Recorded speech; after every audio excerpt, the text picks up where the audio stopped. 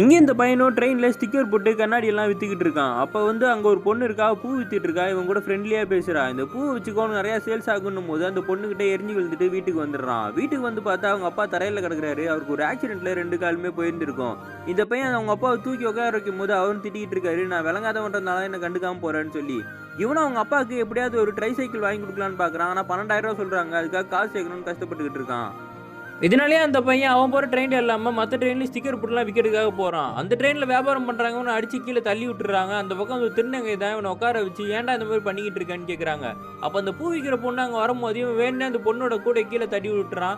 இதுக்கப்புறம் உனக்காக நான் பாவமே பார்க்க மாட்டேன்னு சொல்லிட்டு அந்த பொண்ணு போயிடுறான். அந்த திருநங்கை சொல்கிறாங்க, ஏன் இப்படி பண்ணுறேன்னு கேட்டால், எங்கள் அப்பாவுக்கு நான் ட்ரை சைக்கிள் வாங்கணும், 12,000 ரூபா தேவைப்படுது, நான் எங்கே போகிறது நான் வளர்த்துக்கிட்டு இருக்கேன், எனக்கு தெரிஞ்ச ஒரு ஆள் இருக்காரு, நான் கூப்பிட்டு போகிறேன் அப்படின்னு சொல்லிட்டு திருநங்கையை அவனை கூப்பிட்டு போகிறாங்க. அவங்களும் ஒரு கேங்ஸ்டர் கிட்ட கூட்டு போகிறாங்க. இந்த பையன் கேட்குறாங்க, 12,000 ரூபா தேவைப்படுது, 3 நாளில் கிடைக்குமான்னு கேட்கும்போது, 3 நாளில் கிடைக்கணுமா, அப்போ நீ பெரிய வேலை பார்த்தாகணுமே, எனக்கு 11 வயசில் ஒரு சின்ன பொண்ணு தேவைப்படுது, நீ கூட்டு வரியா அப்படின்னு கேட்ட உடனே நீ திருநங்கையும் பதறிடுறாங்க. நீங்கள் ஏதாவது பொட்டலம் கொடுத்தீங்கன்னா வித்து ஒருத்தர் வந்து கொடுப்பான், இந்த மாதிரி வேலை அவனை பார்க்க சொல்லாதீங்கன்னு உடனே கேங்ஸ்டரும் திருநங்கை அடிக்கிறதுக்காக வந்துடுறாங்க. அவங்க 2 பேரும் அங்கேருந்து வெளில போயிடுறாங்க. கொஞ்ச நேரத்தில் அந்த பையன் திரும்பி வந்துட்டு, உங்களுக்கு 11 வயசில் பொண்ணு தானே வேணும், நான் கண்டிப்பாக கூட்டு வரேன்னு சொல்லிட்டு போகிறான்.